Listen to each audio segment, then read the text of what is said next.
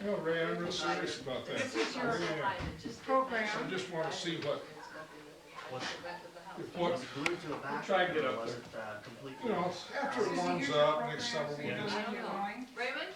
Thanks. Are you staying? Yeah. I'm supposed to read this. You know that planter that nobody did made for us that time? This is awful.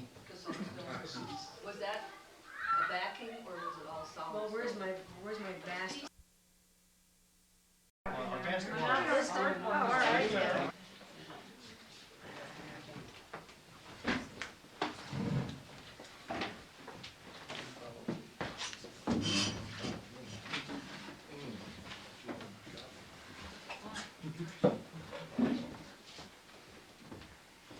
Can I move this underneath so that we get a few more? We don't. Just may need it. Standing crowd. I do that, but somebody needs this one. On behalf of my students here at Crown King School, we would like to welcome you to an evening of entertainment. We have called it the Enchanting Hour. I have shared with my students, in my humble opinion, poetry is simply words from the heart. And I think we need to read more words from the heart. My young people have practiced and memorized their lines, and they are very anxious to share their hard work and expertise. All our dear friends, we thank you for coming tonight. You are very special to us, our wonderful friends of Crown King School. And without any further ado, I would like to ask my three young people to begin the program. Okay.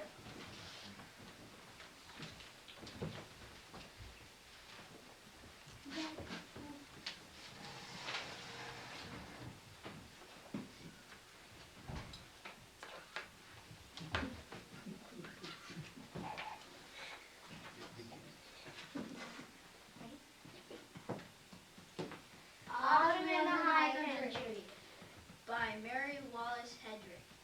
When autumn comes to the high country and the air is frosty cold, the cone falls from the fir tree and the aspens turn gold.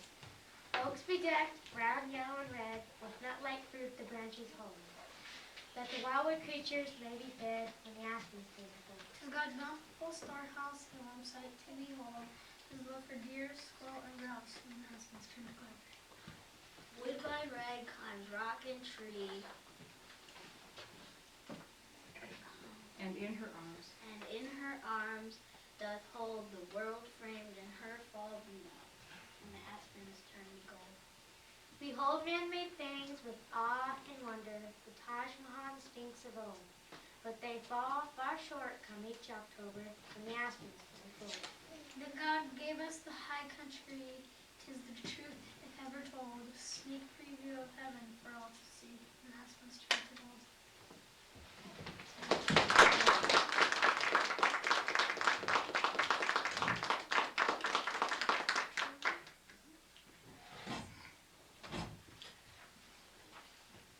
Theme in Yellow by Carl Sandburg. I spot the hills with yellow balls in autumn. I like the prairie cornfields. In orange and tawny gold clusters, and I am called pumpkins. On the last of October, when dusk is fallen, children join hands and circle round me, singing ghost songs and love to the harvest moon. I am a jack-o'-lantern with terrible teeth, and the children know I'm fooling.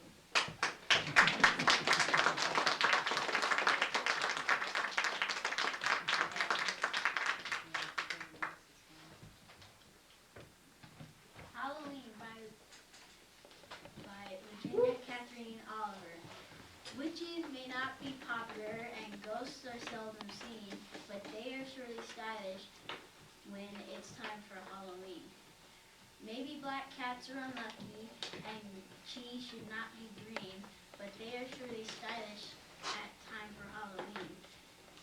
Parties where folks in weird costumes go darting in between would sure seem silly other times, but not at Halloween. In frolic, every man's a king and every girl's a queen. Let every care be cast aside. Tonight is Halloween.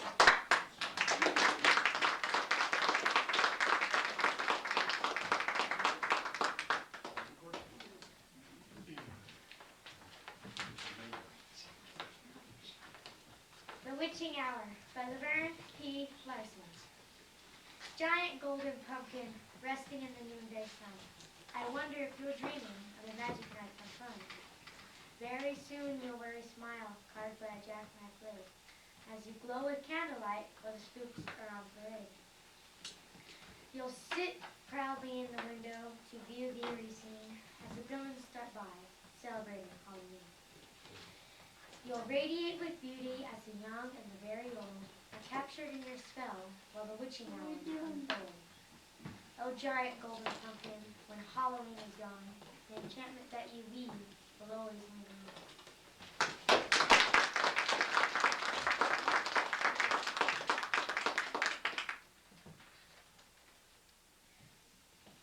Halloween by Harry Vinn. Tonight is the night when dead leaves fly like witches on switches across the sky. When elf and sprite flit through the night on a moony sheen. Tonight is the night when leaves make a sound like a gnome in his home under the ground. When spooks and trolls creep out of the holes, mossy and green. Tonight is the night when pumpkins stare through sheaves and leaves everywhere. When ghoul and ghost and goblin host dance around the queen. It's Halloween.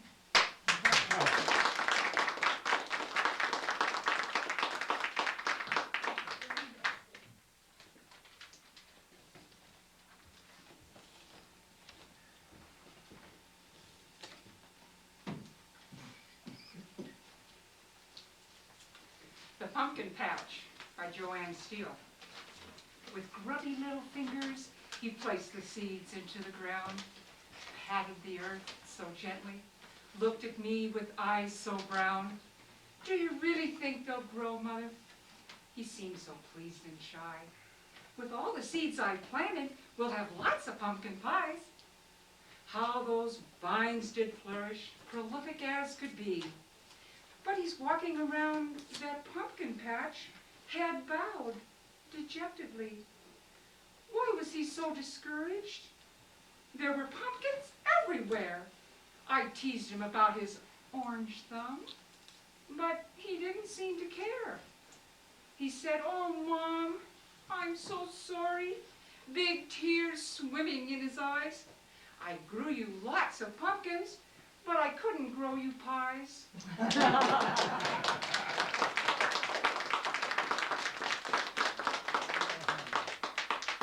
now, ladies and gentlemen, if you will look at the program, I hope you can see it. If not, we may have to revert back to the lights.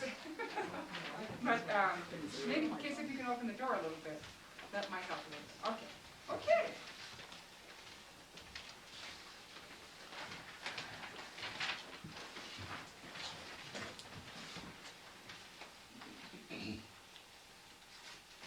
Hayride Memories by Lois Pinkerton Fritz.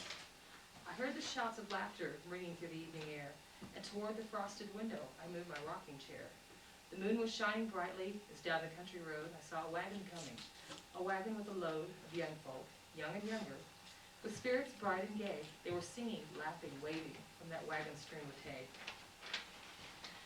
A note of memory echoed through the canyons of my mind, and I was but a girl again, a part of that hayride. There was Ambrose, Jake, and Lewis, Molly, Kate, and me. Oh, there were many I recall, but names don't come as freely. Then, too, there was the driver man, a jovial sort was he, who held the reins of horses, too, and steered with ha and gee. Over the dusty country roads, down many a rustic lane, the horses drew the wagon with lanterns lighting the way. The harvest moon shone brightly. Just as it shone the night the hayride passed my window. How time has taken flight. Now tractors pull the wagons, the horses are replaced. But those joyous shouts of laughter, time never can erase.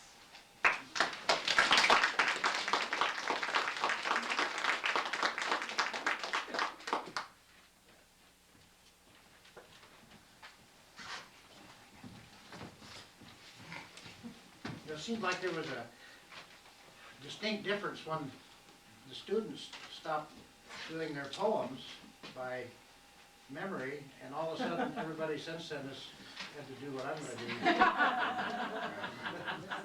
do. And before I read my poem, I'd like to compliment Pat Boone.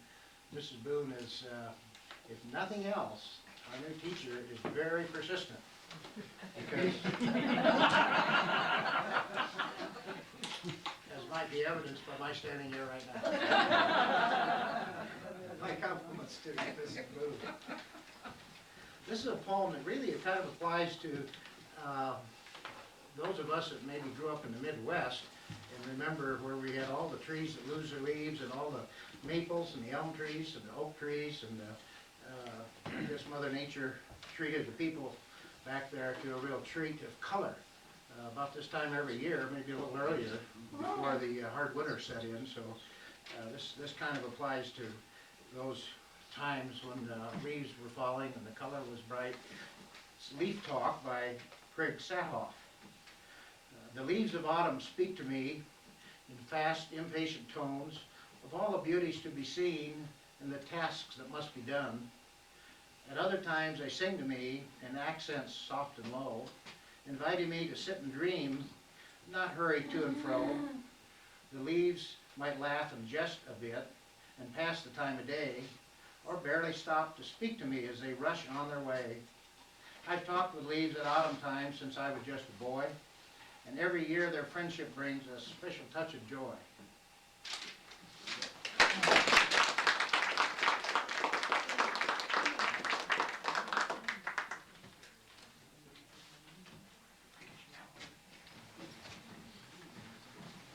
He's gonna steal my hello, I know.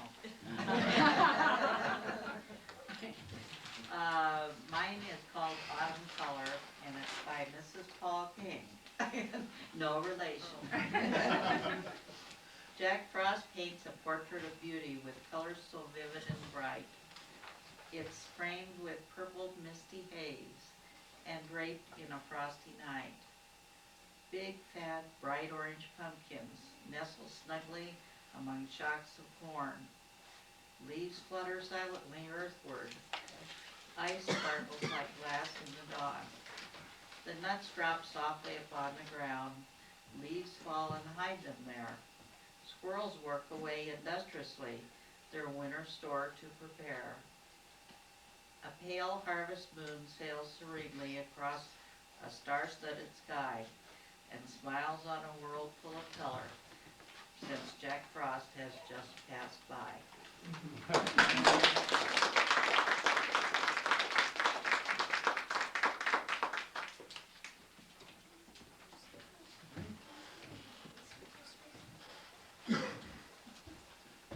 Good evening.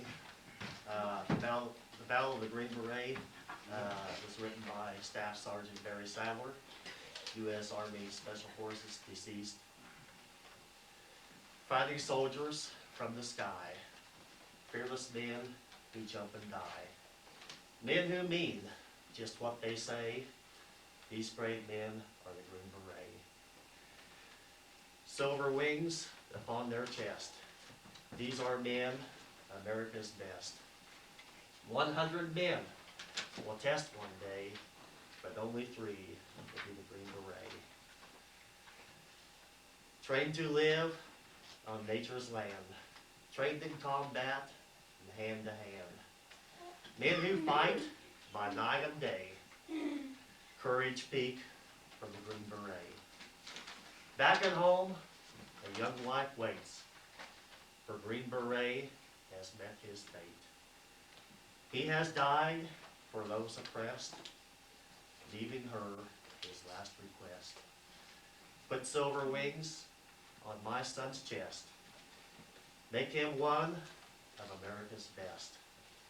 He'll be a man they'll test one day. Have him win the Green Beret.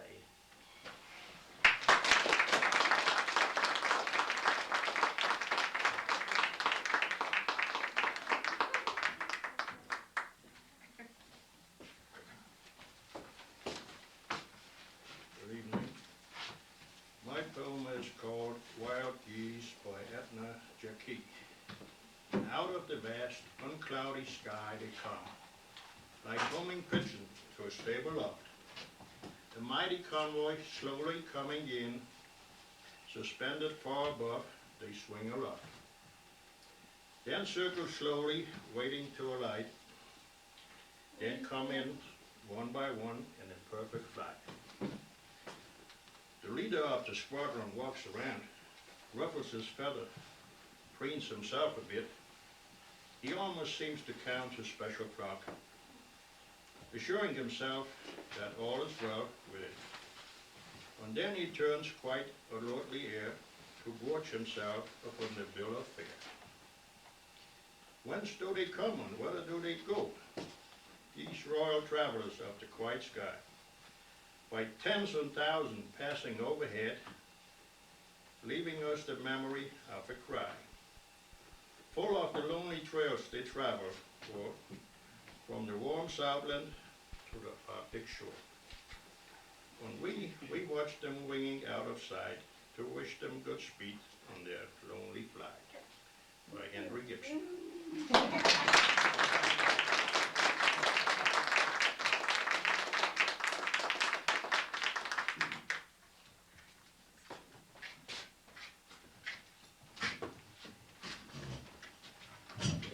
watched this piece yesterday morning on CBS.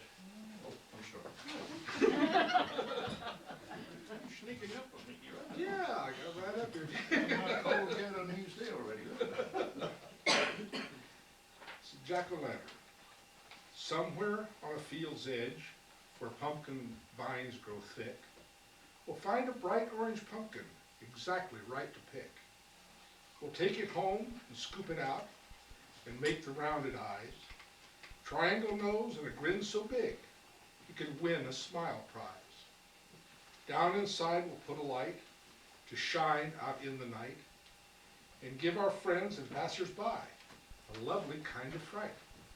Shining from our windowsill out upon the street, a cheery jack-o'-lantern grin makes Halloween complete. Virginia Blank Moore. I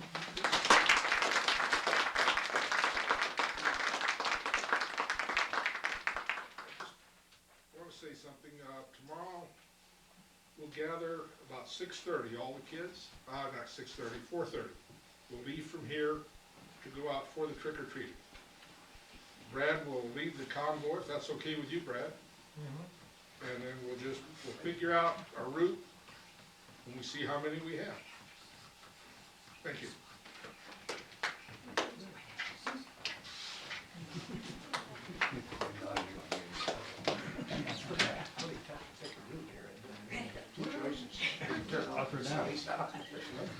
It's Halloween.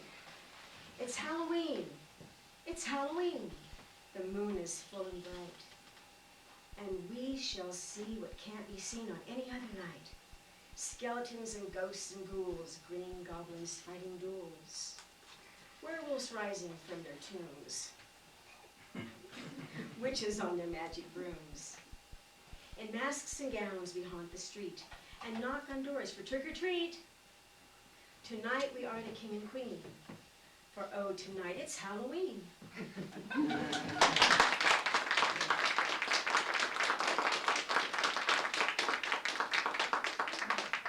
this is our new baby daughter, April Rose Martin. Welcome. And then she's in the Crown King School, but she's not starting right away. And then she's gonna adopt her daughter, then she's gonna take cookies. Hello, everybody. This then is The Road to Hogan's Gap by Andrew Barton Patterson, an Australian bard. Now look, you see, it's this way like. You cross the broken bridge and run the creek down till you strike the second right-hand ridge. The track is hard to see in parts, but still, it's pretty clear. There have been 2 engine hawkers' carts along that road this year. Well, run that right-hand ridge along. It ain't to say too steep. There's 2 fresh tracks, might put you wrong, where folks went out with sheep. But keep the creek on your right and follow pretty straight along the spur until you sight a wire and sapling gate. Well, that's where Hogan's old gray mare fell off and broke her back. You'll see her carcass lying there just below the track.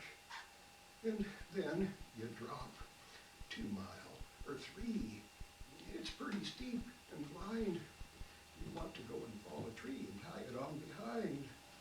And then you pass a broken cart below a granite bluff, and that is where you strike the part they reckon pretty rough. But by the time you've got that far, it's either cure or kill. So turn the horses round the spur and face them up the hill. Or look, if you should miss the slope and get below the track, you haven't got the slightest hope of ever getting back. And halfway up, you'll see the hide of Hogan's brindles bull. Mind and keep the right hand side. The left's too steep to pull. And both banks is full of cracks. And just about at dark, you'll see the last year's bullet tracks where Hogan drew the bark. Well, the tracks is pretty faint and old, or grown with scrub and such. Of course, the track to Hogan's ain't a road that's traveled much, but turn and run the tracks along for half a mile or more, and then, of course, it can't go wrong.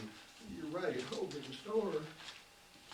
When first you come to Hogan's gate, you mightn't show, perhaps. Be pretty sure to plant and wait to see if they the traps. No, I wouldn't call it good enough to let your horses out. There's some that's pretty extra rough that's living roundabout. It's likely, if your horses did get feeding near the track, it's gonna cost at least a quid or more to get them back. So, if you find her off the place, it's up to you to go and flash a quid in Hogan's face. He'll know the blokes that know. But listen, if you're feeling dry and see there's no one near, just go and wink the other eye and ask for ginger beer. The blokes come in from near and far to sample Hogan's pop. They reckon once they rest the bar, they'll stay there till they drop. On Sunday, you can see 'em spread like flies around the tap. It's like that song, The Living Dead, up there at Hogan's Gap. They're lively blokes up there, all right. It's never dull a day. I'd go myself if I could find the time to get away. Well, the stranger turned his horses and didn't cross the ridge. He didn't go along the creek to strike the second ridge. He didn't make the trip because he wasn't feeling fit. His business up at Hogan's was to serve him with a writ. He reckoned if he faced the bull and climbed the rocky stair, the next to come might find his hide, a landmark on the mountainside, along with Hogan's brindle bow and Hogan's old gray mare.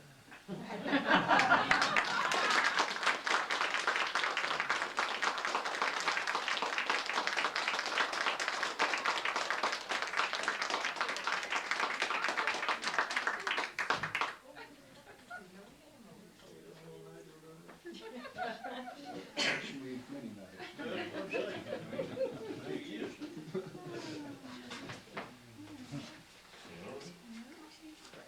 Tom, Yeah. are you? Well, I don't know how you follow that. There's such a thing as broken iambic pentameter. I think I learned that in this room one time, but, oh, I've got the program here, I can read that. Yeah.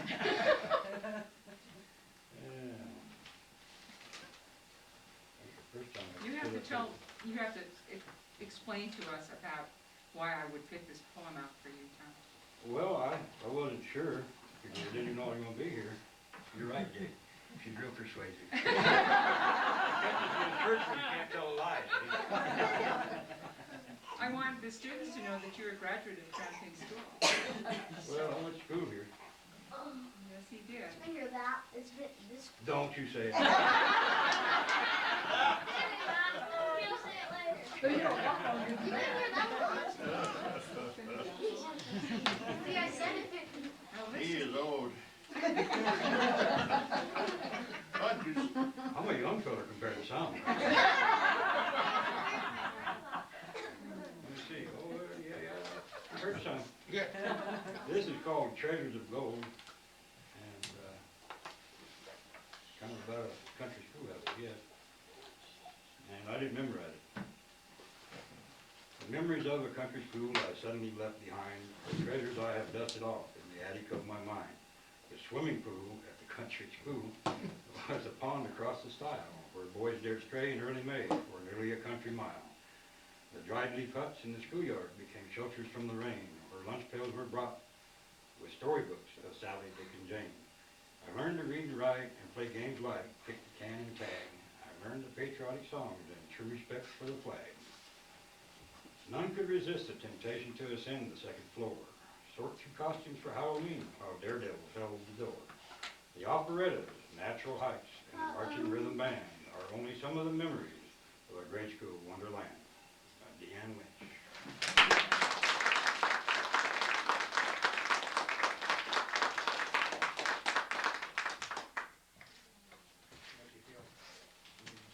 A little bit. I think that, I don't think Lorraine is here. I think, come on kids, let's come up here and have a grand finale. Oh, This is Father. unrehearsed. Come on, hurry. All of us?